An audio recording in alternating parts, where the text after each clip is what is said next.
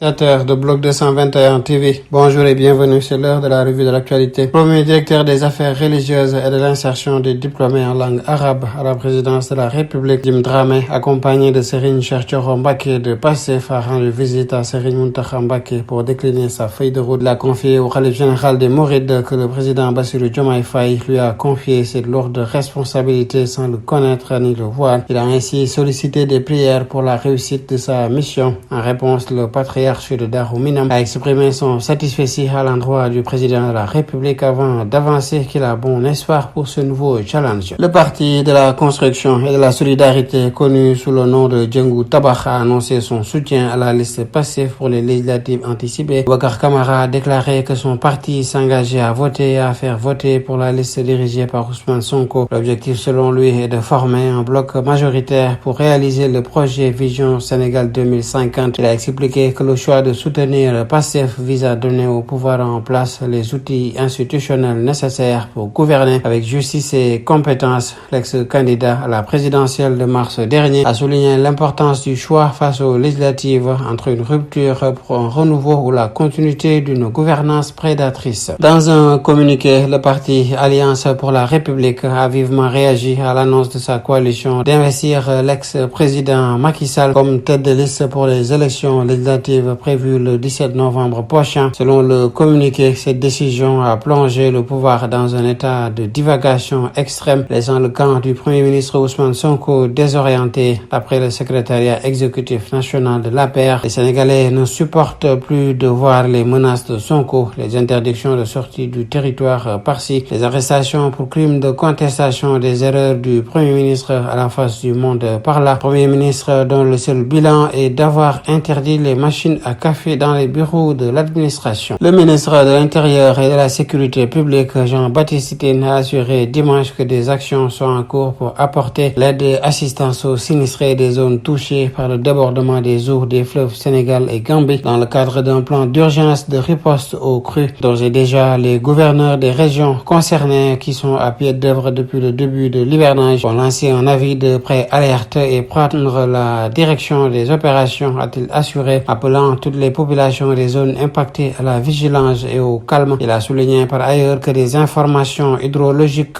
et météorologiques révèlent que les côtes d'alerte ont été atteintes, voire dépassées dans plusieurs localités situées en bordure des fleuves Sénégal et Gambie. L'actualité hors de nos frontières, à Asmara, en Érythrée, s'est tenue une réunion inédite et un accord lourd de sens dans cette région de la Corne de l'Afrique a eu lieu. Les présidents érythréens, somaliens et égyptiens sont convenus jeudi de collaborer à la sécurité régionale lors d'un sommet tripartite. Il s'agit d'une alliance régionale qui exacerbe les tensions sous-régionales où la Somalie voit d'un mauvais œil l'alliance conclue le 1er janvier dernier entre le Somaliland et le voisin éthiopien. Mogadiscio considère que l'accord permettant à l'Éthiopie d'avoir accès à la mer grâce à Somaliland équivaut à une agression contre sa souveraineté. Autant dire que cette alliance tripartite face à l'Éthiopie ne va pas dans le sens de l'apaisement pour la région. En République démocratique du Congo, le procureur général, après la cour de cassation de la capitale Kinshasa, demande la recherche active des évadés de la prison centrale de Makala le 1er septembre dernier. Ils doivent être arrêtés et traduits devant les juridictions compétentes, exhorte le magistrat, un appel qui survient dans un climat de tension entre la magistrature et le ministre de la Justice, Constant Moutamba. La guerre en Ukraine a connu une autre tournure. Selon le président Volodymyr Zelensky, la Corée du Nord a envoyé des soldats à l'armée russe. Nous voyons une alliance grandissante entre la Russie et des régimes comme la Corée du Nord. Il ne s'agit plus seulement d'un transfert d'armes, il s'agit de l'envoi de personnes de Corée du Nord dans les forces armées de l'occupation, a déclaré le président ukrainien dans son allocution quotidienne. En sport, on connaît la première nation africaine qualifiée pour la CAN Maroc 2025. Il s'agit du Burkina Faso. Ce dimanche, à l'entame de la 4e journée des qualifications, les étalons ont battu le Burundi. Les buts de la victoire burkinabé ont été marqués par Mohamed Konaté à la 5e minute et Bertrand Traoré sur un penalty à la 94e minute. Grâce à cette victoire,